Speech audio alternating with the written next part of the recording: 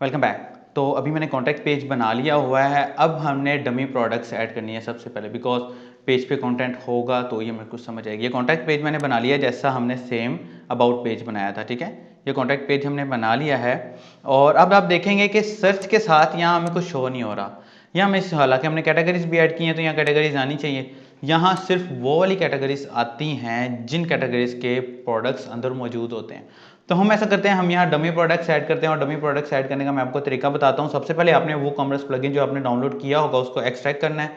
उसके अंदर ही एक फाइल मौजूद होती है जिसके अंदर से आप डमी प्रोडक्ट्स ऐड कर सकते हैं, ठीक है।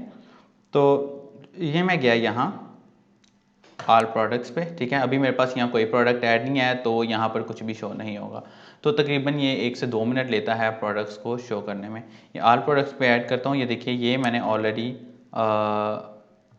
डाउनलोड किया हुआ है हमारा वूकॉमर्स का प्लगइन, ठीक है। न्यू फोल्डर में जाएं, this one I think so miss हो गया इधर से कहीं। ये देखिए, ये आ गया, ये वूकॉमर्स के ऐड किया।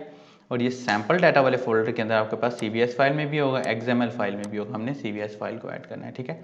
यहाँ से मैं ऑल प्रोडक्ट्स पे ऐड करता हूँ। तो देखें यहाँ लिखा हुआ है क्रिएट प्रोडक्ट या इम्पोर्ट प्रोडक्ट, ठीक है। क्रिएट प्रोडक्ट पे हम डिटेल से बाद में पढ़ेंगे। हम इम्पोर्ट प्रोडक्ट पे जाते हैं और अपनी CVS फाइल को इसके अंदर ऐड कर लेते हैं। ये ऑलमोस्ट 28 से 32 प्रोडक्ट्स आपके यहाँ आ जाएंगे with images, with description, with title, each and everything rates के साथ, ठीक है।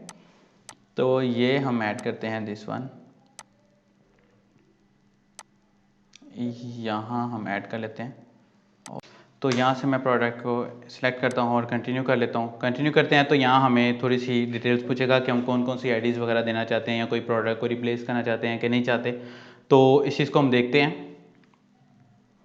ये कंटिन्यू करने में तकरीबन 1 आध मिनट लेगा और यहाँ से जब ये पूरी आ जाएगा तो ऑलमोस्ट 28 से 32 प्रोडक्ट्स हमारी इसके अंदर आ जाएंगे, ठीक है।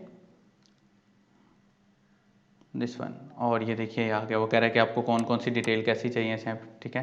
तो ये जस्ट हमें इसको छेड़ने की ज़रूरत नहीं है, डायरेक्टली हम रन इंपोर्टर कर देते हैं। इंपोर्टर कर लेते हैं तो ये स्टेप टू स्टेप 1 बाय 1 ये सारी की सारी प्रोडक्ट्स हमारी इसमें ऐड कर देगा। तो चलें देखते हैं।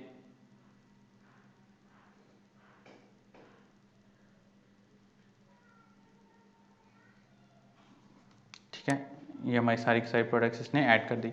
अब ये प्रोडक्ट रन हो रहा है। जैसे ही ये कंप्लीट होगा तो हमारी ऑल प्रोडक्ट्स के अंदर ऑलमोस्ट 28 प्रोडक्ट्स जो है ना वो आ जाएंगी। तो यहाँ तक जो है हमने देख लिया कि हमने प्रोडक्ट्स को इंपोर्ट कैसे करना है, ठीक है। अब यही वाली प्रोडक्ट्स हम एज अ सैम्पल डाटा बाहर यूज़ करेंगे और अपना स्टोर को कंप्लीट करेंगे। तो ये तकरीबन थोड़ा सा टाइम लेगा। तो जब तक ये टाइम लेता है तो हम मिलते हैं अपने नेक्स्ट लेक्चर में। अपना ख्याल रखिएगा। Don't forget to subscribe. Take care, always, good bye.